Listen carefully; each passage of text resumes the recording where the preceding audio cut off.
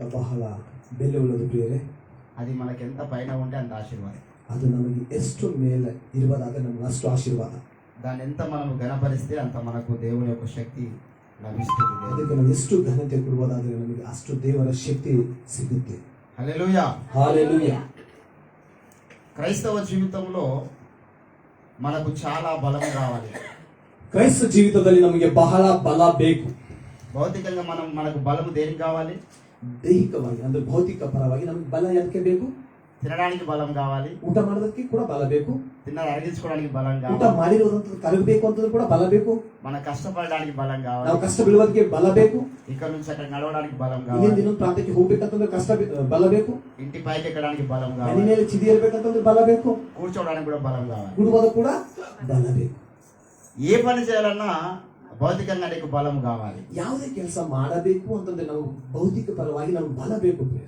దేవుని బిడ్డలారా, ದೇವರ ಮಕ್ಕಳೇ, మార్కు సువార్త 4వ అధ్యాయం 24వ వచనంలో యేసు ప్రభుల వారు ఏమన్నారంటే, ಮಾರ್ಕ್ ಸುವಾರ್ತೆ 4ನೇ ಅಧ್ಯಾಯ 24ನೇ ವಚನದಲ್ಲಿ ಯೇಸು ಸ್ವಾಮಿ ಏನು ಹೇಳ್ತಾ ಇದ್ದಾರೆ ಅಂದ್ರೆ, నేను వాక్యంలోకి వెళ్తలేను, ವಾಕ್ಯದಲ್ಲಿ ಏನು ಹೋಗ್ತಾ ಇಲ್ಲ, ఇది ಮೇನ್ కాన్సెప్ట్ కాదు నేను చెప్పాల్సినది. ಈಗ ಮೂಲ ವಾಕ್ಯ ಇದು ಅಲ್ಲ, ಸ್ವಲ್ಪ ದಯವಿಟ್ಟು ಕೇಳಿದ್ರೆ ಸಾಕು. ಇವಾಗ ಹಿಂದೂಸರಿ ವಾಕ್ಯಕ್ಕೆ ಹೋಗೋಣ. అక్కడ యేసు ప్రభుల వారు ఏమన్నారంటే, ಯೇಸು ಸ್ವಾಮಿ ಏನು ಹೇಳಿದ್ದಾರೆ ಅಂದ್ರೆ, వారికి వినుటకు శక్తి కలిగిన కొలది, ಅವರಿಗೆ ಕೇಳುವುದಕ್ಕೆ ಶಕ್ತಿ ಇರುವಷ್ಟು ಮಟ್ಟಿಗೆ ಕೇಳಕ ಶಕ್ತಿ ಬೇಕಂತ. మీరు వినుటకు శక్తి గలవారు కావాలి, ಕೇಳುವುದಕ್ಕೆ ನಾವು ಶಕ್ತಿ ಉಳ್ಳವರು ಕೂಡ ಆಗ್ಬೇಕಂತ.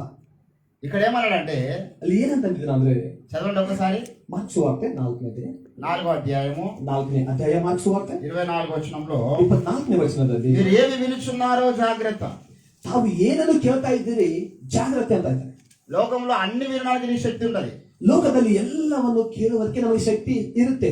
పొద్దున్న లేచిన మొదలుకొని సాయంత్రం దాకా టీవీ చూసుకుంటూ కూర్చుంటాం, చాలా శక్తి ఉంటుంది వినడానికి.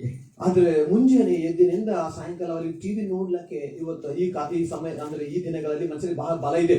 ಸ್ತ್ರೀలు చూస్తున్నప్పుడు బోర్ కొట్టదు, ಸೀರಿಯಲ್ ನೋಡ್ತಾ ಇರುವಾಗ ನಮ್ಗೆ ಬೋರ್ ಬರಲ್ಲ, చాతన అవుతలేదనే పరిస్థితి ఉండదు. ನನಗೆ ಇವಾಗ ಏನು ಕೈಲಿ ಆಗ್ತಾ ಇಲ್ರಿ ಎಂಬ ಪರಿಸ್ಥಿತಿ ಇರುವುದಿಲ್ಲ. సినిమాలు చూస్తున్నప్పుడు బోర్ కొట్టదు, చాతన అవుతలేదనే ಪರಿస్థితి ఉండదు. ಸಿನಿಮಾಗಳು ನೋಡುವಾಗ ನನಗೆ ಕೈಲಿ ಆಗ್ತಾ ಇಲ್ಲ, ನಾನು ನೋಡ್ತೀನಿ ಎಂಬ ಉದ್ದೇಶ ಇರುತ್ತೆ. కానీ ಆದರೆ వాక్యము వింటున్నప్పుడు మనకు చాలా బోర్ కొడుతుంది. ಆದರೆ ವಾಕ್ಯ ಕೇಳುವಾಗ ನಮಗೆ ಬಹಳ ಬೇಸರಿಕೆ ಬರುತ್ತೆ, చాలా మనకు శాతగారి పరిస్థితి వస్తుంది, ನಮಗೆ ಕೈಲಾಗದಂತ ಪರಿಸ್ಥಿತಿ ಬರ್ತದೆ. ఇంతకుముందు అయ్యగారు కొన్ని మాటలు చెప్పారు. ಇದಕ್ಕಿಂತ ಮುಂಚೆ ಪಾಸ್ಟರ್ ಕೆಲವು ಮಾತು ಹೇಳಿದ್ದಾರೆ, దుష్టుడు ఎప్పుడు మన దగ్గర పొంచి ఉంటాడు ಗರ್ಜಿನ సింహం లాగాని. ಸೈತಾನನು ಯಾವಾಗಲೂ ನಮ್ಮ ಹತ್ರ ಬಂದು ಗರ್ಜಿಸುವ ಸಿಂಹದ ಹಾಗೆ ಇರುತ್ತಾನಂತ. వాక్యం స్టార్ట్ అవ్వగానే నేను చాలా బలహీనపరుస్తాడు. ವಾಕ್ಯ ಪ್ರಾರಂಭ ಆಗ ಸಮಯ ತಕ್ಷಣ ನಮಗೆ ಏನ್ ಮಾಡ್ತಾನವ, ಕಮ್ಜರ್ ಮಾಡಿ ಬಲಹೀನರಾಗಿ ಮಾಡ್ತಾನಂತ. నైట్ అంతా నేను నిద్ర పట్టది, ರಾತ್ರಿ ಎಲ್ಲ ನಿದ್ರೆ ಬರುವುದಿಲ್ಲ, కానీ వాక్యం వింటున్నప్పుడు మంచి నిద్ర వస్తుంది. ಆದ್ರೆ ವಾಕ್ಯ ಕೇಳುವಾಗ ಕೆಲವರಿಗೆ ಒಳ್ಳೆ ನಿದ್ದೆ ಬರುತ್ತೆ. అది సైతాన్ పని, ಅದು ಸೈತಾನನ ಕೆಲಸ.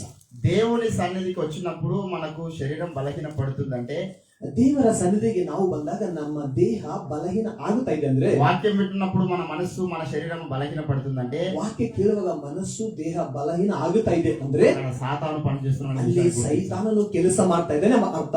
సాతానుకు దేవుని వాక్యం వినడం ఇష్టం లేదు, ಸೈತಾನನಿಗೆ ದೇವರ ವಾಕ್ಯ ನಾವು ಕೇಳೋದು ಇಷ್ಟ ಇಲ್ಲ. ఎందుకంటే వాక్యం వినడం వల్ల ఏం జరుగుతుంది, ಯಾಕಂದ್ರೆ ವಾಕ್ಯ ಕೇಳುವ ಮುಖಾಂತರ ನಮಗೆ ಏನಾಗುತ್ತೆ, నీ విశ్వాసం బలపడుతుంది, ನಿಮ್ಮ ವಿಶ್ವಾಸ ಬಲ ಹೊಂದಿಕೊಳ್ಳುತ್ತೆ. వినుట వలన విశ్వాసం బలపడును, ಕೇಳುವುದರ ಮೂಲಕ ವಿಶ್ವಾಸ ಬಲ ಹೊಂದಿಕೊಳ್ಳುತ್ತಂತಿದೆ. వాక్యం వినడం వల్ల నీలో మార్పు స్టార్ట్ అయిపోతుంది, ವಾಕ್ಯ ಕೇಳುವುದರಿಂದ ನೀನು ಒಳಗೆ ಬದಲಾವಣೆ ಪ್ರಾರಂಭವಾಗುತ್ತೆ, దేవునికి పనికొచ్చే పాత్రగా తయారవుతావు, ದೇವರಿಗೆ ಕೆಲಸಕ್ಕೆ ಬರುವಂತ ಪಾತ್ರೆ ನೀನು ಆಗುತ್ತೆ. అందుకే వాక్యం వినడం ఎప్పుడు చేయాలి, ಅದಕ್ಕಾಗಿ ನಿನಗೆ ವಾಕ್ಯ ಕೇಳಬಾರದು ಅಂತ సాతాను యొక్క ప్రధానమైనటువంటి ఎజెండా. ಅದು ಸೈತಾನ ಜಾಗ್ರತೆಯಿಂದ ಇರಬೇಕು. whenever we come into the presence of Lord, ಯಾವಾಗಾದರೂ ದೇವರ ಸನ್ನಿಧಿಯಲ್ಲಿ ನಾವು whenever we listen to the word of God, ಯಾವಾಗಾದರೂ ದೇವರ ವಾಕ್ಯ ಕೇಳ್ತಾ ಇರ್ತೇವೆ, be careful yourself, ನಾವು ಜಾಗ್ರತೆಯಿಂದ ಇರಬೇಕು ಪ್ರಿಯರೇ. be careful about your mindset. ನಾವು ನಮ್ಮ ಮಾನಸಿಕ ಸ್ಥಿತಿಯಲ್ಲಿ ನಾವು ಜಾಗೃತರಾಗಿರಬೇಕು. This is the very very important ಇದು situation. ಬಹಳ ಪ್ರಾಮುಖ್ಯವಾಗಿರುವ ಸಂದರ್ಭ. Hallelujah, hallelujah. దేవుని వాక్యంలోకి వెళ్దాం. ದೇವರ ವಾಕ್ಯ ಕಡೆ ನಾವು ಹೋಗೋಣ. లూకా సువార్త ಲೂಕಾ ಸುವಾರ್ತೆ 15వ అధ్యాయము 15ನೇ ಅಧ್ಯಾಯ.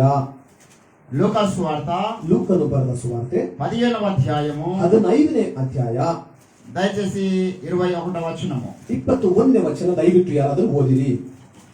చదవండి, కన్నడ చదవండి. ಅಪ್ಪ, ಪರಲೋಕಕ್ಕೆ ವಿರೋಧವಾಗಿಯೂ ನಿನ್ನ ಮುಂದೆಯೂ ಪಾಪ ಮಾಡಿದ್ದೇನೆ. ಇನ್ನು ನಾನು ನಿನ್ನ ಮಗನೆನಿಸಿಕೊಳ್ಳುವುದಕ್ಕೆ ಯೋಗ್ಯನಲ್ಲ ಎಂದು ಹೇಳಲು ತಂದೆಯು ತನ್ನ ಆಳುಗಳಿಗೆ ಶ್ರೇಷ್ಠವಾದ ನಿಲುವಂಗಿಯನ್ನು ತಟ್ಟನೆ ತಂದು ಇವನಿಗೆ ತೊಡಿಸಿರಿ. ಇವನು ಕೈಗೆ ಉಂಗುರವನ್ನು ಇಡಿಸಿರಿ, ಕಾಲಿಗೆ ಜೋಡು ಮೆಡಿಸಿರಿ. ಕೊಬ್ಬಿದ ಆ ಕರುವನ್ನು ತಂದು ಕೊಯ್ಯಿರಿ. ಹಬ್ಬ ಮಾಡೋಣ, ಉಲ್ಲಾಸ ಪಡೋಣ. ಈ ನನ್ನ చాలు ಮಗನು చాలు ಸಾಕು ಪ್ರಿಯರೇ, చదవబడిన లేఖన భాగంలో ಓದಿರೋ ಈ ವಾಕ್ಯ ಭಾಗದಲ್ಲಿ ఇద్దరు వ్యక్తుల యొక్క సంభాషణ కనబడుతుంది. దేవుని బిడ్డలారా, ಇಬ್ಬರ ವ್ಯಕ್ತಿಗಳ ಸಂಭಾಷಣೆಯನ್ನು ನೋಡ್ತಾ ಇದ್ದೇವೆ. ఇద్దరి ఉద్దేశము కనబడుతా ఉంది. ಇಬ್ಬರ ಉದ್ದೇಶ ನೋಡ್ತಾ ಇದ್ದೇವೆ. క్రైస్తవ సమాజంలో ಕ್ರೈಸ್ತ ಸಮಾಜದಲ್ಲಿ ఈ యొక్క స్టోరీ తెలియని వారు బహుశా ఎవరు ఉన్నారు. ಈ ಒಂದು ವಾಕ್ಯ ತಿಳಿದಂತವ್ರು ಯಾರು ಇಲ್ಲ ಪ್ರಿಯರೇ. ఏం స్టోరీ అది? ಇದು ಯಾವ ವಾಕ್ಯ ಇದೆ? తప్పిపోయిన కుమారుడు స్టోరీ. ತಪ್ಪಿ ಹೋದ ಮಗನ ಒಂದು ಕತೆ. ప్రతి ఒక్కరికి తెలిసిన స్టోరీ. ಈ ವಾಕ್ಯ ಎಲ್ಲರಿಗೂ ಗೊತ್ತುಂಟು. మీకు తెలిసిన స్టోరీ మీకు మళ్ళీ ఒకసారి నేను చెప్పదలుచుకున్నాను. మీకు తెలిసిన స్టోరీనే మళ్ళీ ఒకసారి చెప్పదలుచుకున్నాను. ಓಕೆ, ನಿಮಗೆ ಗೊತ್ತಿರುವಂತದ್ದೇ ಆ ವಾಕ್ಯವನ್ನೇ ಮತ್ತೊಂದು ಸಾರಿ ನಾವು ಅದನ್ನು ಧ್ಯಾನ ಮಾಡೋಣ. ఎందుకంటే ಯಾಕಂದ್ರೆ నా బాబు మా కొడుకు నా కొడుకు ఫస్ట్ క్లాస్ లో ఉన్నాడు. ಪಾಸ್ಟರ್ ಮಗ ಇವಾಗ ಫಸ್ಟ್ ಕ್ಲಾಸ್ ಅಲ್ಲಿ ಇದ್ದಾನೆ. నా కూతురు ఎల్కేజీ లో ఉంది. ಆದ್ರೆ ಅವರ ಮಗಳು LKG ಯಲ್ಲಿದ್ದಾಳೆ. డైలీ వారికి టీచర్ గారు ಅವರಿಗೆ ಪ್ರತಿದಿನ ಟೀಚರ್ ಅವರು ఏబిసిడీలే పెట్టిస్తుంది. ABCD ಹಚ್ಚಿಕೊಡ್ತಾರ. నా కొడుకు ఒక రోజు నేర్చుకున్నాడు. ಆದ್ರೆ ಅವ್ರ ಮಗ ಒಂದೇ ದಿನದ ಕಲ್ಕೊಂಡ್ರೆ ABCD. ఆయన సంవత్సరం అంతా నేర్వాల్సిందే. ಆದ್ರೆ ವರ್ಷ ಎಲ್ಲ ABCD ಕಲಿಬೇಕು. ఎగ్జామ్స్ ముందు వాటిని రిపీట్ చేయాల్సిందే. ಎಕ್ಸಾಮ್ ಗಿಂತ ಮುಂಚೆ ಅಲ್ಲಿ ನೋಡ್ಬೇಕು. ఆ ఫస్ట్ క్లాస్ అంతా ఏబిసిడీ నేర్చుకోవాల్సిందే. ಫಸ್ಟ್ ಕ್ಲಾಸ್ ಫಸ್ಟ್ ಕ್ಲಾಸ್ ಎಲ್ಲ ABCD ಕಲಿಬೇಕು. నాకు బోర్ కొడుతుంది నేను నేర్చుకోనంటే ನನಗೆ ಬಹಳ ಬೇಜಾರಾಗ್ತದೆ ನಾನು ಕಲಿಯಲ್ಲ ಅಂತಂದ್ರೆ వాడు చదువుకోవడానికి పనికియడు. ಇನ್ನು ಮುಂದಕ್ಕೆ ಓದುವುದಕ್ಕೆ ಕೆಲಸ ಬರಲ್ಲ ಬೇರೆ. చాలా సార్లు వారికి డబల్ డబల్ డబల్ డబల్ చెప్తా ఉంటారు పునాది. ಅವರಿಗೆ ಮತ್ತೆ ಮತ್ತೆ ಪುನಃ ತಿರುಗಿ ಅದೇ ಹೇಳುತ್ತಾ ಕಲಿಸ್ತಾ ಇರ್ತಾರೆ. అదే పద్ధతిని దేవుడు బైబిల్లో చాలా సార్లు ఉపయోగించాడు. ಅದೇ ಪದ್ಧತಿಯನ್ನು ದೇವರು ಬೈಬಲ್ ಅಲ್ಲಿ ಕೂಡ ಮತ್ತೆ ಮತ್ತೆ ಹೇಳ್ತಾ ಇದ್ದಾನೆ. ಬೈಬಲ್ ಅಲ್ಲಿ చాలా సార్లు ప్రతి సువార్తలు చెప్పిన విషయం ఇంకో సువార్తలు చెప్తా ఉంటాడు. ಪ್ರತಿ ಸುವಾರ್ತೆ ಪತ್ರಿಕೆಯಲ್ಲಿ ಹೇಳಿರುವಂತ ಮತ್ತೊಂದೇ ಹೇಳ್ತಾ ಇರ್ತಾನೆ. ద్వితీయోపదేశ కాండం అని బైబిల్లో ఒకటి స్పెషల్ గా దేవుడు రాశాడు. ಧರ್ಮೋಪದೇಶ ಕಾಂಡದಲ್ಲಿ ಕೂಡ ಒಂದು ವಿಷಯ ಬರೆಸಿದ್ದಾನೆ. ద్వితీయోపదేశం అంటే ఏంది? ಧರ್ಮೋಪದೇಶ ಅಂತಂದ್ರೆ రెండవసారి చెప్పడం. ದ್ವಿತೀಯ ಅಂತಂದ್ರೆ ಧರ್ಮೋಪದೇಶ ಅಂತಂದ್ರೆ ಎರಡನೇ ಸಾರಿ ಹೇಳುವುದು. దేవుడు చాలా సార్లు బైబిల్లో 2-3 సార్లు కొన్ని విషయాలు చెప్తూ ఉంటాడు. ಬೈಬಲ್ ಅಲ್ಲಿ ದೇವರು 2-3 ಸಾರಿ ಮತ್ತೆ ಮತ್ತೆ ಹೇಳಿదని ಹೇಳ್ತಾನೆ. ఎందుకంటే ప్రాముఖ్యమైన విషయాలు, ಯಾಕಂದ್ರೆ ಪ್ರಾಮುಖ್ಯಕರವಾಗಿರುವ ವಿಷಯ we have to revise twice and thrice in our life. 2-3 ಸಾರಿ ಮತ್ತೆ ಅದನ್ನು ಮತ್ತೆ ಜ್ಞಾಪಕಕ್ಕೆ ತರ್ಕೊಳ್ಬೇಕು, ತಿಳ್ಕೊಳ್ಬೇಕು ಅಂತ ಹೇಳ್ತಾನೆ. ఎన్నిసార్లు మనం రివైజ్ చేసుకుంటే ಎಷ್ಟು ಸಾರಿ ಮತ್ತೆ ಅದಕ್ಕೆ ಜ್ಞಾಪಕ ತಂದ್ಕೊಂಡಾಗ అంత నీ జీవితంలో దేవునికి ఉపయోగించే వ్యక్తిగా ఉంటారు. ಅಷ್ಟರ ಮಟ್ಟಿಗೆ ನಮ್ಮ ಜೀವಿತದಲ್ಲಿ ದೇವರಿಗೆ ಉಪಯೋಗಕರವಾಗುವಾಗಿ ನಾವು ಆಗುತ್ತೇವೆ. తప్పిపోయిన కుమారుడు జీవితంలో మనం గమనించినట్లయితే ತಪ್ಪಿ ಹೋಗಿರುವ ಈ ಮಗನ ಒಂದು ವಿಷಯದಲ್ಲಿ ನೋಡುವುದಾದ್ರೆ తండ్రి దగ్గరికి వచ్చి తనకు రావాల్సినటువంటి ఆస్తిని తీసుకుని వెళ్ళిపోయాడు. ತಂದೆ ಹತ್ತಿರಕ್ಕೆ ಬಂದು ತಂದೆ ಹತ್ರ ಇದ್ದು ಆತನಿಗೆ ಬರಬೇಕಾಗಿರುವ ಪಾಲು ಆಸ್ತಿ ಎಲ್ಲ ತಗೊಂಡು ಲೋಕದಕ್ಕೆ ಹೋಗಿದ್ದಾನೆ. ఎక్కడికి వెళ్ళిపోయినాడు? ಎಲ್ಲಿಗೆ ಹೋಗಿದ್ದಾನೆ? లోకంలోకి వెళ్ళిపోయినాడు. ಲೋಕದೊಳಕ್ಕೆ ಹೋಗಿದ್ದಾನೆ. ఈ వ్యక్తి ఎవరికి సాదృశ్యంగా ఉన్నాడు? ಆದರೆ ಈ ತಪ್ಪಿ ಹೋಗಿರುವ ಮಗ ಯಾರಿಗೆ ಗುರುತು ಆಗಿದ್ದಾನೆ? రక్షింపబడిన వ్యక్తికి సాదృశ్యంగా ఉన్నాడు. ರಕ್ಷಣೆ ಹೊಂದಿರುವಂತಹ ವಿಶ್ವಾಸಿ ವ್ಯಕ್ತಿಗೆ ಗುರುತಾಗಿದ್ದಾನೆ. ఎందుకంటే ఇక్కడ తండ్రి అని పిలుస్తూ ఉన్నాడు దేవుణ్ణి. ಯಾಕಂತಂದ್ರೆ ದೇವರಿಗೆ ಆತನು ಕರಿತಾ ಇದ್ದಾನೆ, ತಂದೆ ಅಂತ ಇದ್ದಾನೆ. రక్షింపబడిన తర్వాత లోకంలోకి వెళ్ళిపోయిన వ్యక్తిగా ఉన్నాడు. ರಕ್ಷಣೆ ಹೊಂದಿನ ಅನಂತರ ಲೋಕದ ಒಳಕ್ಕೆ ಹೋಗಿದ್ದಾನೆ. వెళ్ళి ఏం చేశాడు? ಏನು ಮಾಡಿದ್ದಾನೆ? ಹೋಗಿ దేవుని దగ్గర తీసుకున్నటువంటి ఆస్తిని, తండ్రి దగ్గర తీసుకున్నటువంటి ఆస్తిని అంతా పాడు చేసుకున్నాడు. ದೇವರ ಮತ್ತೆ ತಂದೆಯಲ್ಲಿ ತಗೊಂಡಿರುವಂತಹ ಆ ಆಸ್ತಿಯನ್ನು ಪಾಲನೆಲ್ಲ ಅವನು ಖರ್ಚು ಮಾಡಿದ್ದಾನೆ. త్రాగుడుకు బానిస అయిపోయినాడు. ಹುಡುಗುತನಕ್ಕೆ ಅವನು ದಾಸನಾಗಿದ್ದಾನೆ. వ్యభిచారానికి బానిస అయిపోయినాడు. ವಿಚಾರಕ್ಕೆ ಅವನು ದಾಸನಾಗಿದ್ದಾನೆ. తనకున్నటువంటి శరీర స్నేహాలకు బానిస అయిపోయినాడు. ನನಗಿರುವ ಎಲ್ಲ ಕೆಟ್ಟ ಅಭ್ಯಾಸಗಳಿಗೆ ದಾಸನಾಗಿದ್ದಾನೆ. జీవితాన్ని సర్వనాశనం చేసుకున్నాడు. ತನ್ನ ಜೀವಿತವನ್ನೆಲ್ಲ ಸರ್ವನಾಶನ ಮಾಡಿಕೊಂಡಿದ್ದಾನೆ. ఆ వ్యక్తి ఈ రోజు మనకు సాదృశ్యంగా కనబడుతూ ఉన్నాడు. ಆ ವ್ಯಕ್ತಿ ಒಂದು ಸಾದೃಶ್ಯವನ್ನು ನೋಡ್ತಾ ಇದ್ದೇವೆ. దేవుని బిడ్డలారా, ದೇವರ ಮಕ್ಕಳೇ, అంత అయిపోయిన తర్వాత, ಎಲ್ಲ ಆಗಿ ಹೋಗಿನ ನಂತರ, తనకు కూడా సమస్తం అయిపోగొట్టుకున్న తర్వాత, ತನಗಿರುವುದನ್ನು ಸಮಸ್ತವನ್ನು ಕಳ್ಕೊಂಡಿನ ಅನಂತರ, ఆస్తి అంతా పోగొట్టుకున్న తర్వాత, ಆಸ್ತಿ ಎಲ್ಲ ಹೋಗಿನ ನಂತರ, ఎంజాయ్మెంట్ అంతా అయిపోయింది, ತನ್ನ ಸುಖ ಅನುಭವಿಸುವಂತದೆಲ್ಲ ಆಗಿನ ನಂತರ, యవ్వనం అంతా అయిపోయింది, ಯೌವನ ಪ್ರಾಯ ಕೂಡ ಹೋಗಿದೆ. తినడానికి తిండి లేని పరిస్థితి తన జీవితంలో వచ్చింది. ಅವಾಗ ಊಟ ಮಾಡುವುದು ಕೂಡ ಒಂದು ಊಟ ಮಾಡೋದು ಕೂಡ ಇಲ್ಲಂತ ಪರಿಸ್ಥಿತಿ ಬಂತು. పందుల పొట్ట తిందామనుకునే స్థలానికి వెళ్ళినాడు. ಹಂದಿಗಳು ತಿನ್ನುವಂತ ಆ ಹೊಟ್ಟನ್ನು ತಿನ್ನುವಂತ ಪರಿಸ್ಥಿತಿಗೆ ಬಂದಿದ್ದಾನೆ. ఆ నీచమైన స్థితికి, అంటే చాలా దిగజారిపోయిన స్థితి, అది దానికన్నా మించిన స్థాయి లేదు. ಅದು ಬಹಳ ಕೆಳಗಿರುವಂತದ್ದು, ನೀಚವಾಗಿರುವಂತ ಸ್ಥಿತಿ, ಅದಕ್ಕಿಂತ ಕೆಳಗಿರುವಂತ ಸ್ಥಿತಿ ನೀ ಯಾವುದಿಲ್ಲ ಅಂತ ಸ್ಥಿತಿ ಹೋಗಿದ್ದಾನೆ. ఎంతవరకు తన జీవితంలో బ్యాక్ స్లైడింగ్ జరగాలంత వరకు జరిగింది. ಎಷ್ಟಾದ್ರೂ ಆತನ ಜೀವನದಲ್ಲಿ ನಡಿಬೇಕಾದೆಲ್ಲ ನಡೆದು ಹೋಗಿದೆ. ఆ స్థితిలోనికి వెళ్ళిన తర్వాత, ಆ ಸ್ಥಿತಿಗೆ ಹೋಗಿದ ನಂತರ అప్పటికి చాలా సంవత్సరాలు అయిపోయింది. ಅಷ್ಟು ಆ ಸಮಯ ತನಕ ಬಹಳ ವರ್ಷಗಳು ಆಗತಿಸಿದೆ. ఎన్ని సంవత్సరాలు ఎంజాయ్ చేసాడో మనకు తెలియదు. ಎಷ್ಟು ವರ್ಷಗಳು ಆತನು ಪಾಪ ಮಾಡಿದ, ಎಂಜಾಯ್ ಮಾಡಿದ ನಮ್ಗೆ ಗೊತ್ತಿಲ್ಲ. ఎందుకంటే తన తండ్రి కోటేశ్వరుడు అని రాయబడ్డది. ಯಾಕಂತಂದ್ರೆ ತನ್ನ ತಂದೆ ಕೋಟೀಶ್ವರನ್ ಅಂತ ಬೈಬಲ್ ಅಲ್ಲಿ ಇದೆ. ఇద్దరే కుమారులు, ಆ ತಂದೆಗೆ ಇಬ್ಬರೇ ಮಕ್ಕಳು. సగం ఆస్తి అంటే ఎంత వస్తుందండి? ಈಗ ಅಂದ್ರೆ ಅರ್ಧ ಭಾಗ ಅಂತಂದ್ರೆ ಎಷ್ಟು ಬರ್ಬೋದು ಕೋಟೀಶ್ವರ ಅಂತಂದ್ರೆ? ముఖేష్ అంబానీ గారు ఉన్నారు మన భారతదేశంలో. ಇವಾಗ ನಮ್ಮ ಭಾರತ ದೇಶದಲ್ಲಿ ಮುಖೇಶ್ ಅಂಬಾನಿ ಅವರು ಇದ್ದಾರೆ. 2000 లక్షల కోట్లు తన ఆస్తి. 2,000 ಲಕ್ಷ ಕರೋಡ್ ಅಂತ ಅವ್ರ ಆಸ್ತಿ. ఇద్దరు కుమారులు, ಆತನಿಗೆ ಎಷ್ಟು ಮಂದಿ? ಇಬ್ಬರು ಮಕ್ಕಳು ಅಂತ. సగం భాగం అంటే ఎంత? ಈಗ ಅದ್ರೊಳಗೆ ಅರ್ಧ ಭಾಗ ಅಂದ್ರೆ ಎಷ್ಟು? 2,000 ಕರೋಡ್ ಅಂತಂದ್ರೆ 1000 లక్షల కోట్లు 1,000 ಲಕ್ಷ ಕರೋಡ್ తీసుకుని వెళ్ళిపోయినాడు ఒక కుమారుడు. ಆದ್ರೆ ಒಂದು ಮಗ ಅಷ್ಟು ದುಡ್ಡು ತಗೊಂಡು ఎన్ని రోజులు పడుతుంది మనకి అయిపోవడానికి? ಈಗ ಆಗೋಗ್ಬೇಕಂತಂದ್ರೆ ಎಷ್ಟು ವರ್ಷ ಆಗ್ಬಹುದು? ఆ రోజు తాగినా, ಪ್ರತಿದಿನ ಅವನು ಕುಡಿದ್ರು ಕೂಡ, రోజు వేషల పాలైపోయి ఖర్చు పెట్టినా, ಪ್ರತಿದಿನ ಅವನು ವಿಚಾರ ಮಾಡುತ್ತಾ ಒಂದ್ ವೇಳೆ ಖರ್ಚು ಮಾಡಿದ್ರು ಕೂಡ, it's take more time to close.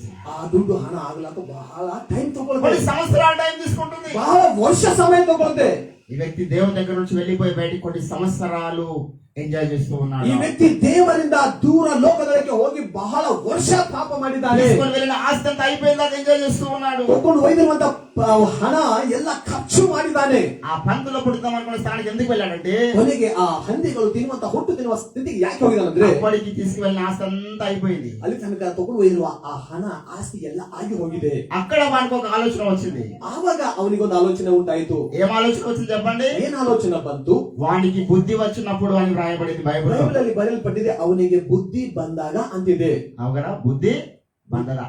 This is the first step to come into the presence of Lord. ಆ ದೇವರ ಸನ್ನಿಧಿಯಲ್ಲಿ ಇದು ಮೊದಲನೇ ವಿಷಯ, ಅವನಿಗೆ ಬುದ್ಧಿ ಬಂದಿದೆ ಅಂತಿದೆ. చాలా మంది దేవునికి దూరం వెళ్ళడం గల కారణం ఏంటంటే, ಅನೇಕರು ದೇವರಿಗೆ ದೂರ ಆಗುವುದಕ್ಕೆ ಕಾರಣ ಏನಂದ್ರೆ, ప్రార్థనకు దూరం వెళ్ళడం గల కారణం ಪ್ರಾರ್ಥನೆಗೆ ದೂರ ಆಗುವುದಕ್ಕೆ ಕಾರಣ ಏನಂದ್ರೆ, సత్యానికి దూరం వెళ్ళడం గల కారణం ఏంటంటే, ಸತ್ಯಕ್ಕೆ ದೂರ ಆಗುವುದಕ್ಕೆ ಕಾರಣ ಏನಂದ್ರೆ, బుద్ధి లేకపోవడము. ಬುದ್ಧಿ ಇಲ್ಲದಂತ ಸ್ಥಿತಿ. అందుకే బైబిల్ దేవుడు చాలా సార్లు అంటాడు, ಅದಕ್ಕೆ ಬೈಬಲ್ ಬಹಳ ದೇವರು ಹೇಳ್ತಾ ಇದ್ದಾನೆ, ఒక వ్యక్తికి బుద్ధి లేకపోవడం మంచిది కాదు. ಒಬ್ಬನಿಗೆ ಜ್ಞಾನ ಇಲ್ಲದಂತೆ ಇರುವುದು ಒಳ್ಳೆದಲ್ಲ ಅಂತ ಇದ್ದಾನೆ. యెషయా గ్రంథం 5వ అధ్యాయం 14వ వచనంలో అన్నాడు, ಯೆಶಾಯ ಗ್ರಂಥ 5:14ನೇ ವಚನದಲ್ಲಿ ಅಂತ ಇದ್ದಾನೆ. ఏమంటాడంటే, ಏನಂತ ಇದ್ದಾನೆ? నా జనులు జ్ఞానము లేకయే చెరపట్టబడుచున్నారు అన్నాడు. ನನ್ನ ಜನರು ಜ್ಞಾನ ಇಲ್ಲದ ಹಾಗೆ ಇದ್ದು ಅವರು ಸೆರೆ ಹೋಗುತ್ತಾ ಇದ್ದಾರೆ. యెషయా గ్రంథము 4వ అధ్యాయం 6వ వచనంలో ఏమన్నాడంటే, ಯೆಶಾಯ ಗ್ರಂಥ 4ನೇ ಅಧ್ಯಾಯದಲ್ಲಿ ಏನಂತ ಇದ್ದಾನೆ? నా జనులు జ్ఞానము లేకయే నశిస్తున్నారు అన్నాడు. ನನ್ನ ಜನರು ಜ್ಞಾನ ಇಲ್ಲವೇ ಕಾರಣ ನಾಶನಕ್ಕೆ ಗುರಿ ಆಗ್ತಾ ಇದ್ದಾರೆ ಅಂತಿದೆ. Where is the place do we receive the wisdom in our life? ಎಲ್ಲಿ ನಮ್ಮ ಜೀವಿತದಲ್ಲಿ ಆ ಜ್ಞಾನಕ್ಕೆ ನಾವು ಸ್ಥಾನ ಕೊಡ್ತಾ ಇದ್ದೇವೆ? Who can give the wisdom of God? ಈ ಜ್ಞಾನ ಎಂಬುದು ದೇವರು ಯಾರು ಕೊಡುತ್ತಾರೆ? How can we receive that in our life? ಹೇಗೆ ಅದನ್ನು ನಾವು ಸ್ವೀಕರಿಸುತ್ತೇವೆ? The Bible tells us very clearly. Bible ನಮಗೆ ಸ್ಪಷ್ಟವಾಗಿ ಹೇಳ್ತಾ ಇದೆ, బుద్ధి జ్ఞాన సర్వ సంపదలు క్రీస్తునందు గుప్తమై ఉన్నవి. ಬುದ್ಧಿ ಜ್ಞಾನ ಸರ್ವ ಸಂಪತ್ತು ಅವು ದೇವರಲ್ಲಿ ಇದೆ ಅಂತಿದೆ. That is the place do we receive the wisdom in our life. ಅದೇ ಒಂದು ಸ್ಥಳ ನಾವು ಜ್ಞಾನ ಹೊಂದಿಕೊಳ್ಳುವಂತದ್ದು. That is the place do we receive knowledge in the presence of Lord. ಅದೇ ಒಂದು ದೇವರ ಸನ್ನಿಧಿಯಲ್ಲಿ ಇದೆ, ಆ ಜ್ಞಾನ ದೇವರ ಸನ್ನಿಧಿಯಲ್ಲಿ ನಮಗೆ ಸಿಗುತ್ತೆ. యెహోవాయందు భయభక్తులుగా నిలిచుటయే జ్ఞానముకు మూలమని బైబిల్ గ్రంథం సెలవిస్తుంది. ಭಯಭಕ್ತಿ ಉಳ್ಳವರಾಗಿ ಇರುವುದೇ ಜ್ಞಾನಕ್ಕೆ ಮೂಲ ಅಂತಿದೆ ಬೈಬಲ್ ಅಲ್ಲಿ. Where is the place? ಎಲ್ಲಿದೆ ಆ ಸ್ಥಳ? లోకమంతా చదువుకుంటే జ్ఞానం వస్తుంది. ಇವತ್ತ ಲೋಕ ಅನ್ಕೋತಾ ಇದೆ, ವಿದ್ಯಾಭ್ಯಾಸ ಎಜುಕೇಶನ್ ಜಾಸ್ತಿ ಮಾಡಿದ್ರೆ ಜ್ಞಾನ ಬರ್ತಾ ಅನ್ಕೋತಾ ಇದೆ. చాలా మంది చదువుకున్న వాళ్ళు, ಹೆಚ್ಚಾಗಿ ಎಜುಕೇಶನ್ ಮಾಡಿದವರು, I know so many people, very educated person, very smart people. ಬಹಳ ವಿದ್ಯಾಭ್ಯಾಸ ಹೆಚ್ಚು ಮಾಡಿದಂತವರು, ಜ್ಞಾನ ಇರುವಂತವರು, become very wonderful graduation. ಅವರು ಬಹಳ ಒಳ್ಳೆ ಗ್ರಾಜುಯೇಷನ್ ಅಂತಂದ್ರೆ But he had bad habits in our life. ಆದ್ರೆ ಅವರಿಗೆ ಕೆಟ್ಟ ಅಭ್ಯಾಸಗಳು ಇರುತ್ತೆ ಅಂತವರಿಗೆ. ఆ స్మోక్ చేస్తా ఉంటాడు, ಅವನು ಸ್ಮೋಕಿಂಗ್ ಅಂದ್ರೆ ಸಿಗರೇಟ್ ಡ್ರಿಂಕ್ చేస్తా ఉంటాడు, ಸರಾಯಿ ಕುಡಿತಾನೆ, వాడు చాలా ఉన్నతమైన స్థితిలో ఉంటాడు. ಆದ್ರೆ ಅವನು ಉನ್ನತವಾದ ಸ್ಥಿತಿಯಲ್ಲಿ ಇರುತ್ತಾನೆ. ఒక అమ్మాయి చాలా మంచి చదువుకుంది, ಆದ್ರೆ ಒಂದು ಹುಡುಗಿ ಒಳ್ಳೆ ವಿದ್ಯಾಭ್ಯಾಸ ಮಾಡಿದ್ದಾಳೆ, గ్రాడ్యుయేషన్ చదివింది, ಒಳ್ಳೆ ಗ್ರಾಜುಯೇಷನ್ ಮಾಡಿದ್ದಾಳೆ. ఆ గ్రామంలో చాలా ఉన్నతంగా చదివిన పేరుగాంచినటువంటి అమ్మాయి ఆమె గుర్తింపబడింది. ಆ ಊರಲ್ಲಿ ಒಳ್ಳೆ ಹೆಸರು, ಒಂದು ಒಳ್ಳೆ ಎಜುಕೇಶನ್ ಮಾಡಿದಂತ ಒಂದು ಸ್ತ್ರೀ ಹೆಣ್ಮಗಳು. కానీ తన ఒక జీవితం గమ్యం ఏమైపోయింది అంటే వేశ్యగా తయారైపోయింది. ಆದ್ರೆ ಆಕಿನ ಒಂದು ಜೀವಿತದ ಗಮ್ಯ ಏನಾಗಿದೆ ಅಂತಂದ್ರೆ ఈ లోక జ్ఞానము, ಈ ಲೋಕದ ಜ್ಞಾನ నీకు పరిశుద్ధతని ఇవ్వలేదు. ನಿನಗೆ ಪರಿಶುದ್ಧತೆ ಕೊಡ್ಲಕ್ಕಾಗದು. ఈ లోక జ్ఞానము, ಈ ಲೋಕದ ಜ್ಞಾನ నీకు భయాన్ని ఇవ్వలేదు. నీకు భయమును నీ జీవితంలో ఇవ్వలేదు. ಈ ಲೋಕದ ಜ್ಞಾನ, ಭಯ ಎಂಬುದು ನಮ್ಮ ಜೀವಿತದಲ್ಲಿ ನಮಗೆ ಕೊಡಲು. ఎక్కడ దొరుకుతుందా? నీకు ఏ జ్ఞానం కావాలి? ಆದ್ರೆ ನಮಗೆ ಯಾವ ಜ್ಞಾನ ಬೇಕು? What kind of wisdom do we need today? ಯಾವ ರೀತಿ ಜ್ಞಾನ ನಮಗೆ ಇವತ್ತು ಬೇಕು? What kind of knowledge to be updated today? ಇವತ್ತು ಯಾವ ರೀತಿ ಜ್ಞಾನ ನಮ್ಮ ಜೀವಿತದಲ್ಲಿ ನಾವು ಅದನ್ನು ఏ ಒದಗಿಸಿಕೊಳ್ಳಬೇಕು? జ్ఞానాన్ని మనం సంపాదించుకుంటున్నాం? ಯಾವ ಜ್ಞಾನವನ್ನು ನಾವು ಹೊಂದಿಕೊಳ್ಳಬೇಕು? దేవుని బిడ్డలారా, ಪ್ರಿಯ ದೇವರ ಮಕ್ಕಳೇ, ఈ రోజు మనం గమనించినట్లయితే లోకంలో ಈ ಲೋಕದಲ್ಲಿ ನಾವು ನೋಡುವುದಾದ್ರೆ చదువుకొని చెడిపోతున్న వాళ్ళే చాలా మంది. ಓದಿಕೊಂಡು ಹಾಳಾಗುವಂತವರು ಬಹಳ ಜನರಿದ್ದಾರೆ. తల్లిదండ్రులు కష్టపడి ತಾಯಿ ತಂದೆ ಕಷ್ಟವಿದ್ದು హైదరాబాద్ లో మంచి చదువులు చదవాలి నా కొడుకు నా కుమార్తెని పంపిస్తే, ಹೈದರಾಬಾದ್ ಇಲ್ಲ ಬೆಂಗಳೂರಲ್ಲಿ ದೊಡ್ಡ ಪಟ್ಟಣಗಳಲ್ಲಿ ಓದಬೇಕು ನನ್ನ ಮಕ್ಕಳು ಅಂತ ಹೇಳಿ ಕಳಿಸೋದಾದ್ರೆ, నా కూతురు చదువుకుంటుందని తల్లి అనుకుంటుంది, ನನ್ನ ಮಗಳು ಓದ್ಕೊಳ್ತಾ ಇದ್ದಾಳೆ ಅಂತ ತಾಯಿ ತಂದೆ నా ಅನ್ಕೊಳ್ತಾನೆ. కుమారుడు చదువుకుంటాను అనుకోని తండ్రి అనుకుంటాడు. ನನ್ನ ಮಗನು ಓದ್ಕೊಳ್ತಾ ಇದ್ದಾನೆ ತಂದೆ ಅನ್ಕೊಳ್ತಾನೆ. అక్కడ వాళ్ళు ఇష్టానుసారమైన జీవితానికి అలవాటుపడ్డారు. ಆದ್ರೆ ಅಲ್ಲಿ ಅವರು ಮನಸ್ಸಿಗೆ ಬಂದಂತ ಜೀವಿತ, వారికి జ్ఞానం లేదా? ಅವರಿಗೆ ಜ್ಞಾನ ಇಲ್ಲ. ఈ లోక జ్ఞానం ఉంది. ಅವರಿಗೆ ಈ ಲೋಕ ಜ್ಞಾನ ಇದೆ. చదువులో ఫెయిల్ గారు, ಓದುವ ವಿದ್ಯಾಭ್ಯಾಸದಲ್ಲಿ ಫೇಲ್ ಆಗೋದಿಲ್ಲ. అన్ని డిగ్రీలు పాస్ అవుతూ ఉంటారు. ಎಲ್ಲ ಡಿಗ್ರಿಗಳು ಪಾಸ್ ಆಗುತ್ತಾರೆ. కానీ గమ్యం ఏమిటయ్యా అంటే, ಆದ್ರೆ ಅವರ ಒಂದು ಜೀವಿತದ ಗಮ್ಯ ಏನಂದ್ರೆ తల్లిదండ్రికి అవమానకరం చేసినటువంటి కార్యక్రమాలు చేస్తూ ఉంటారు. ತಾಯಿ ತಂದೆಗೆ ಅವಮಾನ ಆಗುವಂತ ಕೆಲಸಗಳು ಮಾಡುತ್ತಾ ಇದ್ದಾರೆ. అందుకే బైబిల్ గ్రంథం సెలవిస్తుంది, ಹಾಗಾಗಿ ಬೈಬಲ್ ಹೇಳ್ತಾ ಇದೆ, జ్ఞానము గల కుమారుడు తన తండ్రిని సంతోషపరచును అంటాడు. సామెతలు 10వ అధ్యాయం 1వ వచనంలో. ಜ್ಞಾನ ಉಳ್ಳ ಮಗನು ತಂದೆಗೆ ಸಂತೋಷ ತರುತ್ತಾನಂತ. Telangana one pastor, his name is Sailu. ತೆಲಂಗಾಣದಲ್ಲಿ ಒಬ್ಬ ಪಾಸ್ಟರ್ ಇದ್ದಾರೆ, ಅವರ ಹೆಸರು ಸಾಯಿಲು ಅಂತ ಹೇಳಿ. సాయిల్ అన్న, ಸಾಯಿಲ್ ಅನ್ನ ఫోక్ సాంగ్స్. ಆತನು ಈ ಒಂದು ಜಾನಪದ ಗೀತೆಗಳು ಅಂತಾರಲ್ಲ, ಆ ಊರು ಹಾಡುಗಳು ఒక పాటలో అంటాడు ఆయన. ಒಂದು ಹಾಡಿನಲ್ಲಿ ಆತನ ಅಂತಾನೆ, ఆ పాట నేను పాడతాను. ಆ ಹಾಡು ಪಾಸ್ಟರ್ ಹಾಡುತ್ತಾರೆ. నువ్వు యాక్టరు అయితే సంతోషం ఉండదు, డాక్టరు అయితే సంతోషం ఉండదు, నువ్వు సేవ చేస్తే నేను చూడాలే కొడుకా. ఈ పాట వింటారా ఎప్పుడైనా మీరు? పైలం కొడుక పాపం చేయక అనే పాట తెలంగాణలో ఫేమస్ సాంగ్. ತೆಲಂಗಾಣದಲ್ಲಿ ಸಾಯಿಲನ ಹಾಡುವ ಈ ಹಾಡು ಬಹಳ ಫೇಮಸ್ ಆಗಿದೆ. What is intention in heart in his life? ಆ ಹಾಡಿನ ಒಂದು ಉದ್ದೇಶ ಏನಿದೆ? నువ్వు యాక్టర్, నువ్వు పెద్ద డాక్టర్, పెద్ద ఇంజనీరింగ్ అయితే నాకు సంతోషం లేదు కొడుక. ಆ ಹಾಡಿನಿಂದ ನಾನು ಹೇಳ್ತಾ ಇದ್ದೇನೆ, ನೀನು ಒಂದು ದೊಡ್ಡ ಸಿನಿಮಾಗಳಲ್ಲಿ ಹೀರೋ ಅಂತ ಆಕ್ಟರ್ ಆದ್ರೆ ನನಗೆ ಸಂತೋಷ ಇಲ್ಲ. నువ్వు దేవుని కొరకు వాడబడతా నాకు సంతోషం. ನೀನು ಡಾಕ್ಟರ್ ಆದ್ರೂ ಕೂಡ ನನಗೆ ಸಂತೋಷ ಇಲ್ಲ, ಆದ್ರೆ ನೀನು ದೇವರಿಗಾಗಿ ಉಪಯೋಗ ಆದ್ರೆ ನನಗೆ ಸಂತೋಷ ಅಂತ ಆ ಹಾಡಿನ ಅರ್ಥ ಇದೆ. ఈరోజు ఎంతమందికి అటువంటి ఉద్దేశం ఉంది పిల్లల పట్ల? ಇವತ್ತು ನಮ್ಮ ಮಕ್ಕಳ ನಿಮಿತ್ತ ನಮಗೆ ಎಷ್ಟು ಜನರಿಗೆ ಆ ಉದ್ದೇಶ? తన కుమారుడు ఆస్తి తీసుకుని వెళ్ళిపోయినాడు బయటికి. ತನ್ನ ಮಗನು ಆ ಸಂಪತ್ತನ್ನು ಹಣను ತಗೊಂಡು ಲೋಕದೊಳಗೆ ಹೋಗಿದ್ದಾನೆ.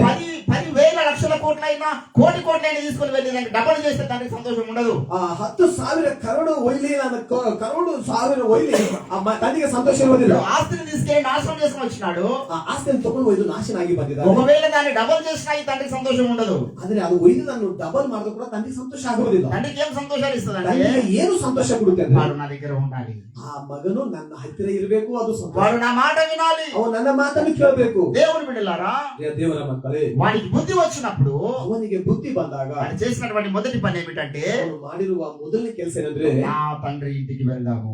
ನಾನು ನನ್ನ ತಂದೆಯ ಮನೆಗೆ ಹೋಗುತ್ತೇನೆ.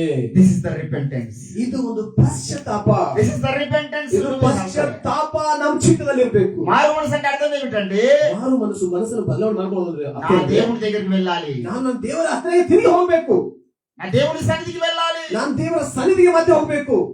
దేవుని బిడ్డలారా, ಪ್ರಿಯ ದೇವರ మొదట ಮಕ್ಕಳೇ, తన మనసులో బుద్ధి వచ్చినప్పుడు వాడు ఏమనుకుంటాడు? నా తండ్రి ఇంటికి వెళ్దాం అనుకున్నాడు. ಮೊದಲು ಅವನ ಮನಸ್ಸಿನಲ್ಲಿ ಅವನಿಗೆ ಆ ಒಂದು ಪಶ್ಚಾತ್ತಾಪದ ಮನಸ್ಸು ಆಲೋಚನೆ ಬಂದಾಗ ಏನನ್ಕೊಂಡ್ರೆ, అనుకున్నంత మాత్రాన సరిపోదు. ಅಲ್ಲಿ ಅನ್ಕೊಂಡಷ್ಟು ಮಾತ್ರ ಸರಿ ಹೋಗೋದಿಲ್ಲ. So many people they take a new decision in their life, ಬಹಳ ಜನರು ತಮ್ಮ ಜೀವಿತದಲ್ಲಿ ಹೊಸ ಯೋಜನೆಗಳು ಮಾಡಿಕೊಳ್ತಾರೆ, but they can't implement. ಆದ್ರೆ ಅವುಗಳನ್ನು ಅವರು ಪಾಲನೆ వాడు ಮಾಡ್ತಾರೆ. అనుకున్నాడు తండ్రి ఇంటికి వెళ్దామని. ಅವನು ಅನ್ಕೊಂಡಿದ್ದಾನೆ ನಾನು ತಂದೆ ಮನೆಗೆ ಹೋಗ್ಬೇಕು. ఏం చేస్తున్నాడు నెక్స్ట్? ಆದ್ರೆ ನಂತರ ಏನ್ ಮಾಡ್ತಾ ಇದ್ದಾನೆ? లేచి బయలుదేరుతూ ఉన్నాడు. ವಾಕ್ಯದಲ್ಲಿದೆ, ಎದ್ದು ಅವನು ಹೋಗುತ್ತಾ ಇದ್ದಾನೆ ಅಂತ ಇದೆ. మారు మనసు అంటే ఏంటో తెలుసా?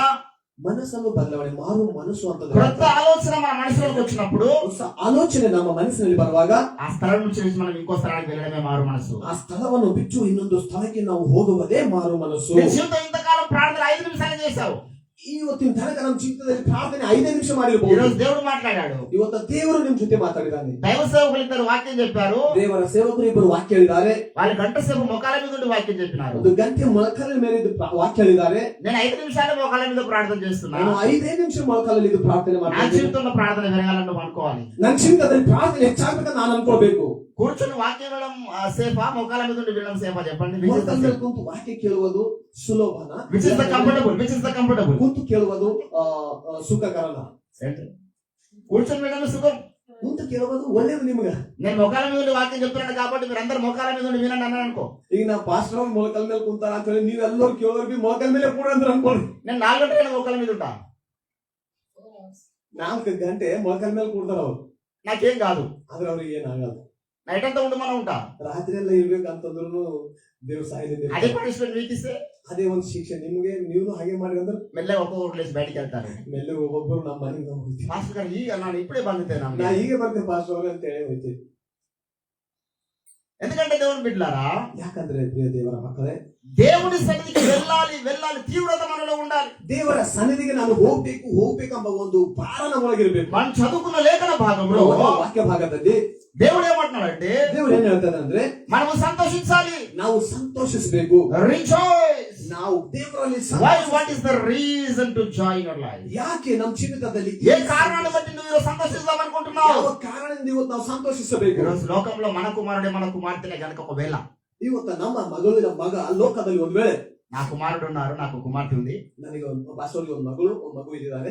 నా కుమార్తె తన ఇష్టానుసారంగా ఎవరు అబ్బాయిని ప్రేమించి వెళ్ళిపోయింది అనుకో. ಇವರ ಮಗಳು ಯಾರಿಗೂ ಇಷ್ಟವಿದ್ದು ಒಂದು ಹುಡುಗಿಗೆ ಪ್ರೀತಿ ಮಾಡಿ ಹೋಗಿದ್ದ అనుకో. ఇంకా నా కూతురు చిన్న ఉంది, ಇನ್ನ ಹೋಗಿಲ್ಲ, ಚೆನ್ನಾಗಿ ಹೇಳ ಅನ್ಕೋಲಿಕ್ಕೆ. ఇంకా అటువంటి కార్యం చేయాలంటే 20 ఏళ్ళు కావాలా. ಇನ್ನ ಆಗಿ ಅಷ್ಟು ದೊಡ್ಡಗೆ ಯಾಕಂದ್ರೆ 20 ವರ್ಷ ಐತೆ.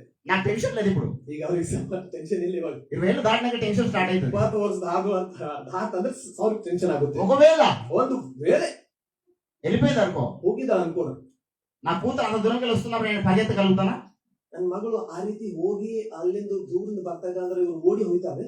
ఆయన వెళ్ళిపోయిన రోజు ఏమనుకుంటానంటే, ಆಕಿನ ಇವರಿಂದ ದೂರ ಹೋಗಿದ ದಿವಸ ಏನ್ నా ಅನ್ಕೋತಾರೆ? కుమార్తె చనిపోయింది అనుకుంటా. ನನ್ನ ಮಗಳು ಸತ್ತು ಹೋಗಿದ್ದಾರೆ ಅನ್ಕೊಳ್ತಾರೆ. నేను సమాజంలో ఒక ఉన్నతమైన స్థాయిలో ఉన్నాను, ಯಾಕಂದ್ರೆ ಇವರಿಗೆ ಸಮಾಜದಲ್ಲಿ ಒಂದು ಉನ್ನತವಾದ ఒక పాస్టర్ గా ఉన్నాను, ಒಂದು ಪಾಸ್ಟ್ ಆಗಿದ್ದಾರೆ, అనేకులకు ఉపదేశం చేసే స్థితిలో ఉన్నాను. ಅನೇಕರಿಗೆ ಉಪದೇಶ అయ్యో ಹೇಳುವ. నా కూతురు ఇలా చేసింది, ಅಯ್ಯೋ ನನ್ನ ಮಗ ಈ ರೀತಿ ಮಾಡಿದ ಅಂತ ಹೇಳಿ తల ఎత్తుకోలేను, ಇವ್ರು ತಲೆ ಎತ್ಕೊಳಕ್ ఆమె ಆಗೋದಿಲ್ಲ. నా కూతురు అని చెప్పుకోలేను. ಆಕಿ ನನ್ನ ಮಗಳು ಅಂತ ಹೇಳ್ಕೊಳಕ್ ಆಗಲ್ದು. ఇక్కడ దేవుడి కుమారుడు ದೇವರ ಮಗನು ఆస్తిని తీసుకుని వెళ్ళిపోయినాడు. ಆ ಆಸ್ತಿಯನ್ನು ತಗೊಂಡು ಹೋಗಿದ್ದಾನೆ. ఆ వ్యక్తి రియలైజ్ అయినాడు, ಅವನು ತಿಳ್ಕೊಂಡಿದ್ದಾನೆ. అడేమంటాడు, ప్రభా ಆ ವ್ಯಕ್ತಿ ಅಂತ ಇದ್ದಾನೆ, దేవా ದೇವರೇ నువ్వు చాలా ఉన్నతమైన స్థాయి, ನಿಂದು ಬಹಳ నువ్వు ಉನ್ನತವಾದ పరిశుద్ధతలో అతి శ్రేష్ఠుడవు, ನೀನು ಪರಿಶುದ್ಧತೆಯಲ್ಲಿ ಬಹಳ ಶ್ರೇಷ್ಠ నేను నీచమైన జీవితం జీవించినాను, ನಾನು ನೀಚವಾದ ಜೀವಿತ ఇప్పుడు నేను నీ కుమారుని అనిపించుకోవద్దు, ಇವಾಗ ನಾನು ನಿನ್ನ ಮಗನು ಅಂತ ಅನಿಸ್ಕೊಳ್ಳಕ್ ಕೂಡ ಯೋಗ್ಯತೆ ಇಲ್ಲ ಅಂತಾನೆ. నీ నామానికి అవమానకరం, ನಿನ್ನ ಯಾಕಂದ್ರೆ ಅದು ನಿನ್ನ ನಾಮಕ್ಕೆ ಅವಮಾನ ಆಗುತ್ತೆ. నేను ఒక పనివాడిగా ఉంటాను, ನಾನು ನಿನ್ ಮನೆಯಲ್ಲಿ ನಿನ್ನ ಮಗನ ಇವಾಗ ನಾನು ಕೆಲಸ ಮಾಡೋ ದಾಸನಪ್ಲೆ నేను ఒక పనివాడి ఉంటాను, ನಾನು ಕೆಲಸ ಮಾಡೋನಪ್ಲೆ ಇರ್ತೇನೆ. నామను అవమానపరచుకోవద్దు. ನಿನ್ನ ಹೆಸರು ನಾನು ಕೆಟ್ಟಂತ ತರುವುದಿಲ್ಲ ಅಂತ ಇದ್ದಾನೆ. ఎందుకంటే నువ్వు చాలా నీతిగా బ్రతికినావు సమాజంలో. ಯಾಕಂತಂದ್ರೆ ತಂದೆ ಅಂತ ನೀನು ನೀತಿ ಉಳ್ಳವನಾಗಿ ಜೀವಿಸಿದ ಅಂತ ಇದ್ದಾನೆ.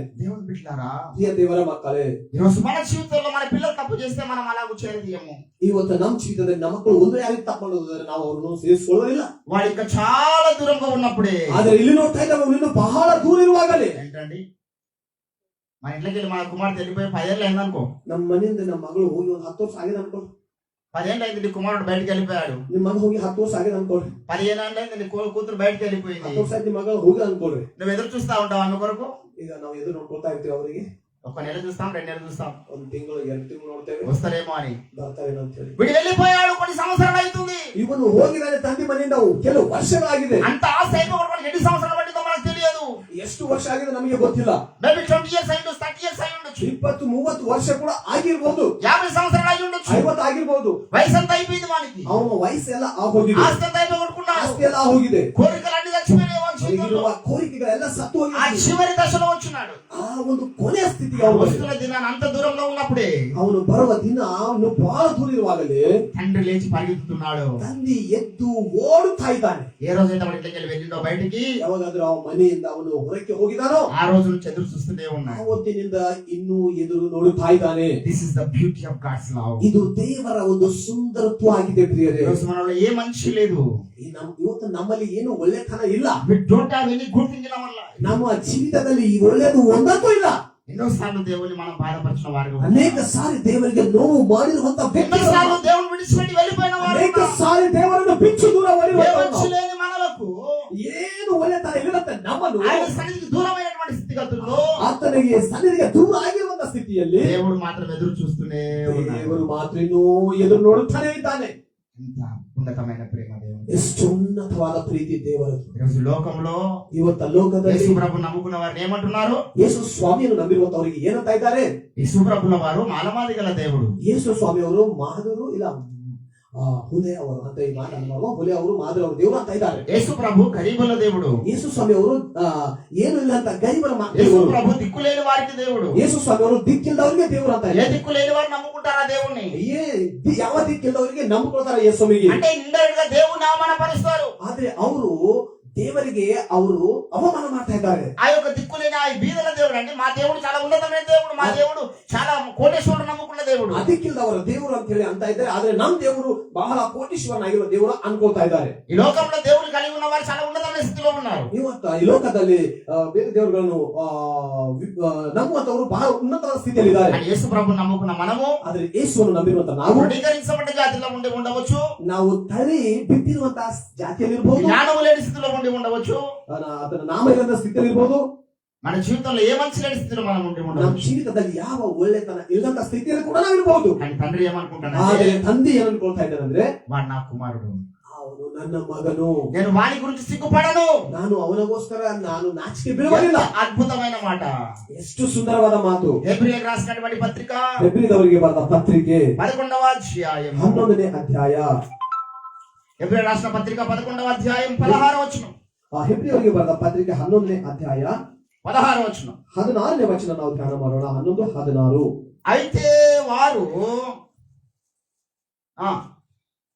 ಆದರೆ ಅವರು ಪರಲೋಕವೆಂಬ ಉತ್ತಮ ದೇಶವನ್ನು ಹಾರೈಸುವವರು ಆದದರಿಂದ ದೇವರು ಅವರ ದೇವರೆನಿಸಿಕೊಳ್ಳುವುದಕ್ಕೆ ನಾಚಿಕೆಗೊಳ್ಳದೆ ಅವರಿಗೋಸ್ಕರ ಪಟ್ಟಣವನ್ನು ಸಿದ್ಧ ಮಾಡಿದ್ದಾನೆ. అది ఇక్కడ ఏమంటాడు? ఇక్కడ ಇಲ್ಲಿ ಏನಂತ ಇದ್ದಾನೆ ಅಂದ್ರೆ, వారు శ్రేష్టమైన దేశమును కోరుకుంటున్నారు కనుక ಶ್ರೇಷ್ಠವಾದ ದೇಶವನ್ನು ಅನಿಸಿಕೊಳ್ತಾರೆ. ಅದಕ್ಕಾಗಿ వారి దేవుడನ್ನು అనిపించుకోవడానికి నేను సిగ్గుపడను, ನಾನು ಅವರ ದೇವರು ಅಂತ ಹೇಳಿ ಅನಿಸಿಕೊಳ್ಳೋದಕ್ಕೆ ನಾಚಿಕೆ ಬೀಳುವುದಿಲ್ಲ ಅಂತ ಇದ್ದಾನೆ. నా కుమార్తె తప్పు చేస్తే ನನ್ನ ಮಗಳು ತಪ್ಪು ಮಾಡೋದಾದ್ರೆ ఆమె నా కూతురు అని చెప్పుకుని సిగ్గుపడతాను, ಆಕೆ ನನ್ನ ಮಗಳು ಅಂತ ಹೇಳ್ಕೊಳ್ಳೋಕೆ ನಾಚಿಕೆ ಬೀಳುತ್ತೇನೆ. నా కొడుకు త్రాగుపోతాయి లోకంలో వ్యసనాలకు బానిస అయిపోతే, ನನ್ನ ಮಗನು ಕುಡುಕುತನಿಗೆ ಲೋಕಕ್ಕೆ ಬಾನಿಸ ದಾಸನಾದ್ರೆ, త్రాగి అక్కడ రోడ్డు పైన పడితే నా కొడుకు ಕುಡಿದು ರೋಡದಲ್ಲಿ ಬೀಳುವುದಾದ್ರೆ ఆడ నా కొడుకు కాడంటాను నేను, ನನ್ನ ಮಗ ಅಲ್ಲ ಅಂತ ನಾವು ಅನ್ಬಹುದು. వాడు నా కొడుకు అని చెప్పుకోవడానికి సిగ్గుపడతాను నేను. ನನ್ನ మగನು ಅವನಂತ ಹೇಳ್ಕೊಳ್ಳೋಕೆ ನಾವು ನಾಚಿಕೆ ಬೀಳಬಹುದು. ఇక్కడ దేవుడు ఏమంటున్నాడు?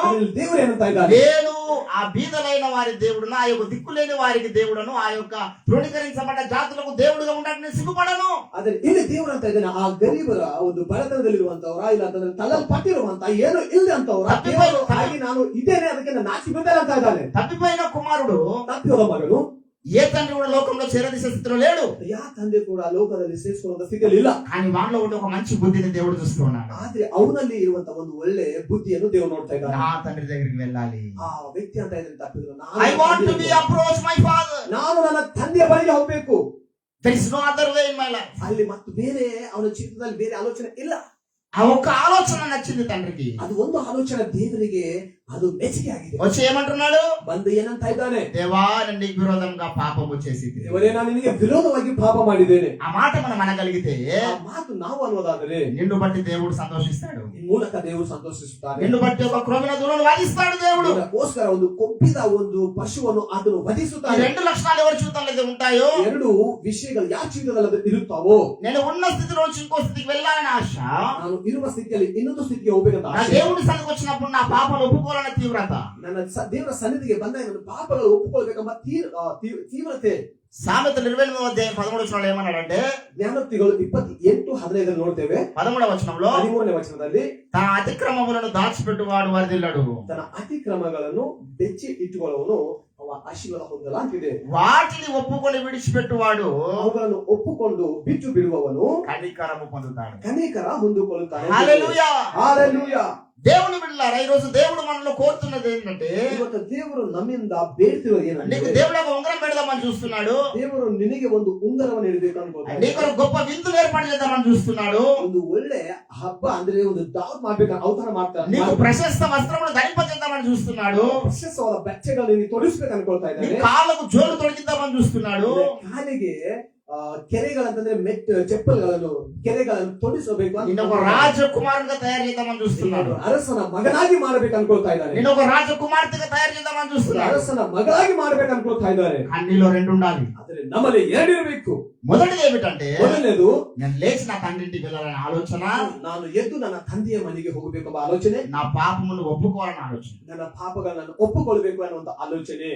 బైబిల్ గ్రంథంలో కొంతమంది పాపాన్ని ఒప్పుకోలేక కప్పుకోవడానికి చూశారు. ಬೈಬಲ್ ಅಲ್ಲಿ ಕೆಲವರು ಭಕ್ತರು ಪಾಪಗಳನ್ನು ಅವರು ಒಪ್ಪುಕೊಳ್ಳದೆ ಅವುಗಳನ್ನು ಬೆಚ್ಚಿ ಇಡಬೇಕು ಅನ್ಕೊಂಡಿದ್ದಾರೆ. మీరు ఎప్పుడైనా పోలీస్ స్టేషన్ వెళ్తే, ಯಾವಾಗ ನಾವು ಪೊಲೀಸ್ ಹೋಗುವುದಂದ್ರೆ ఏమైనా మర్డర్ జరిగినటువంటి స్థలంలో మీరు ఉన్నారనుకోండి, ಒಂದು ಹತ್ಯೆ ಮಾಡಿರುವಂತ ಮರ್ಡರ್ ಆಗಿನ ಸ್ಥಳದಲ್ಲಿ మీరు ఆ రూట్ లో వెళ్తున్నారు, ನಾವು ಆ ಸ್ಥಳದಿಂದ ಹೋಗ್ತಾ ಇದ್ದೇವೆ. ఎవడో ఒక మనిషిని చంపేసి అక్కడ నుంచి వెళ్ళిపోయాడు. ಯಾರೋ ಒಂದು ಮನುಷ್ಯ ಕೊಲೆ ಮಾಡಿ ಅಲ್ಲಿ ಬಿಟ್ಟು ಹೋಗಿದ ಅನ್ಕೋ. అదే సమయంలో పోలీసు వాళ్ళు వచ్చారు. ಅದೇ ಸಮಯದಲ್ಲಿ ಪೊಲೀಸ್ ಅವರು ಬಂದಿದ್ದಾರೆ. అక్కడ మర్డర్ జరిగింది చూసారు, నువ్వు అక్కడ ఉన్నావు. ಅಲ್ಲಿ ಮರ್ಡರ್ ಆಗಿರುವಂತದನ್ನು ಅಲ್ಲಿ ನೀವಿದ್ರಿ, ಮರ್ಡರ್ ಆಗಿದೆ ನೀವು ನೋಡಿರಿ. ఆ చంపిన వాడు వెళ్ళిపోయాడు. ಮಾಡಿರುವಂತವನು ಮರ್ಡರ್ ಮಾಡಿರುವಂತ ಓಡಿ ಹೋಗಿದ್ದಾನೆ. అక్కడ నువ్వు ఉన్నావు, నీ మీద పడింది కేసు. ಅಲ್ಲಿ ನೀನಿದ್ದಿ, ಇವಾಗ ಕೇಸ್ ನಿನ್ನಲ್ಲಿ ಬಿತ್ತಾನೆ. ఆ మర్డర్ నువ్వే చేసావంటున్నారు పోలీసులు. ಪೊಲೀಸರು ಅಂತ ಇದ್ದಾರೆ, ಆ ಮರ್ಡರ್ ನೀನೇ ಮಾಡಿದಿ. నువ్వు అంటున్నావు, ನೀನ್ ಅಂತ ಇದ್ದಿ. నేను కాదు నేను వస్తున్నానన్నావు. ನಾನು ಇಲ್ಲ, ನಾನು ಇವಾಗೆ ಬರ್ತಾ ಇದ್ದೀನಿ ಅಂತ ನೀವು ಅಂತ ಇದ್ರಿ. పోలీసులు చూసిన సమయానికి ಆ ಪೊಲೀಸರು ನೋಡುವ ಸಮಯದಲ್ಲಿ ఆ ఏరియాలో ఏ ఒక్క మనిషి లేరు. ಆ ಸ್ಥಳದಲ್ಲಿ ಆ ಸುತ್ತ ಆ ಏರಿಯಾದಲ್ಲಿ ಯಾರು ಇಲ್ಲ, నువ్వు ఒక్కడే ఉన్నావు. ನೀವು ಒಬ್ರು ಮಾತ್ರ ಇದ್ರಿ. ఏం చేస్తారో తెలుసా? ಏನ್ ಮಾಡ್ತೀರಿ ಅಂತಂದ್ರೆ పోలీస్ స్టేషన్ తీసుకెళ్తారు. ಪೊಲೀಸ್ ಸ್ಟೇಷನ್ ಹೋಗ್ತಾರೆ, నేను కొట్టడం స్టార్ట్ చేస్తాను. ನಿನಗೆ ಹೊಡೆಯೋದನ್ನು ಮಾಡ್ತಾರೆ. ఎప్పటిదాకా కొడతారు తెలుసా? ಎಷ್ಟು ತನಕ ಹೊಡಿತಾರೆ ಅಂದ್ರೆ నేనే చంపాను అనుకున్నాను కొడతారు. ನಾನೇ ಅವನಿಗೆ ಕೊಲೆ ಮಾಡಿದೆ ಅನ್ನುವ ತನಕ ಒಪ್ಕೋತಾರೆ. నిజానికి నువ్వు చంపలేదు, ಅದು ನಿಜವಾಗಿ ನೋಡೋದಾದ್ರೆ ನೀನು ಅವನಿಗೆ ಕೊಲೆ ಮಾಡಿಲ್ಲ. ఆ దెబ్బలను తట్టుకోలేక నువ్వు ఒప్పుకుంటావు. అక్కడ ಆ ಬೆಚ್ಚಿಗಳಿಗೆ ತట్టుಕೊಳ್ಳಕ್ಕೆ ಆಗುವುದಿಲ್ಲ, ಅದಕ್ಕಾಗಿ ನೀ ಅಂತಿ ನಾನೇ ಮಾಡಿದೆ. నువ్వు ఎప్పుడైతే ఒప్పుకుంటావో ಯಾವಾಗ ನೀನು ಒಪ್ಪಿಕೊಳ್ತೇವೋ నేను కొట్టడం పనిచేస్తారు. ನೀನು ಹೊಡೆದನ್ನು ಬಿಡುತ್ತಾರೆ. దేవుని యొక్క పాలసీ ఏమిటంటే, ದೇವರ ಒಂದು ಚಿತ್ತ ಏನಂದ್ರೆ నేను పాపిని ప్రభు అంటే, ನಾನು ಪಾಪಿ ಆಗಿದೆ ದೇವರೇ నీ ಅಂದ್ರೆ జీవితంలో పాపాల కుప్ప ఉన్నది ఇంత పెద్దగా. ನಮ್ಮ ಜೀವಿತದಲ್ಲಿ ಪಾಪಗಳ ಒಂದು ದೊಡ್ಡ ಕುಪ್ಪಿ ಆಗಿದೆ. ఏ రీతిగా